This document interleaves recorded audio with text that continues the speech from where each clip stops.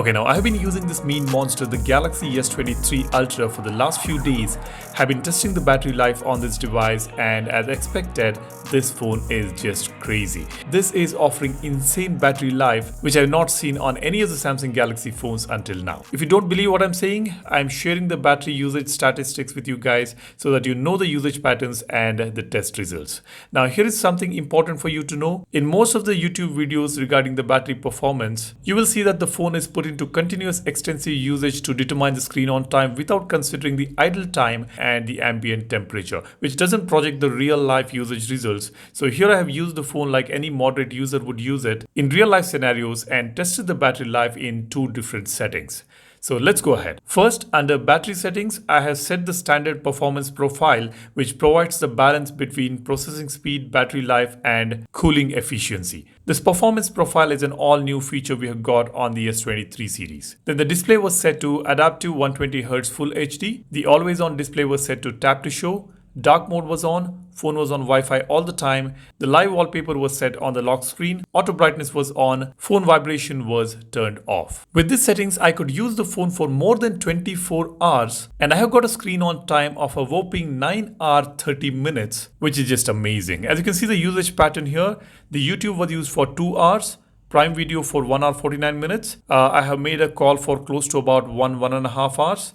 The camera was used for 24 minutes. YouTube Studio 1 hour 21 minutes. Call of Duty was played for about 45 minutes and all the other application usage as you can see here. The idle time drain is hardly a couple of percentage during the entire night, which is a big improvement for sure. Now let's move on to the second settings. Here under performance profile, I have selected light, which prioritizes the battery life and cooling efficiency over processing speed. This is a wonderful settings which is offered on this device. Even in this light performance profile, I could not notice any lag or any issue while playing games or using camera or any other tasks. There was no lag or stutters under this light performance profile.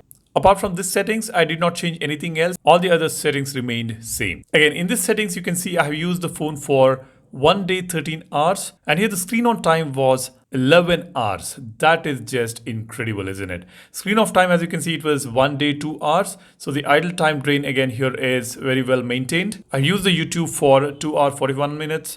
YouTube Studio for 2 hours 17 minutes, Call of Duty for 1 hour, camera for 32 minutes, Prime Video for 1 hour. Battery usage during calls was about 2%. I have made more than an hour of calling during this testing as well. And you can see all other applications were used in the background. This is just insane. Getting 11 hours of screen on time, I have never seen on a Samsung Galaxy phone with a moderate usage. I've seen S22 Ultra Snapdragon variant offering 7 to 8 hours of screen on time, but this guy here is offering 9 to 11 hours, which is amazing. Now keep in mind, the screen on time alone cannot be the measure for how good a battery is performing because this varies depending on the usage.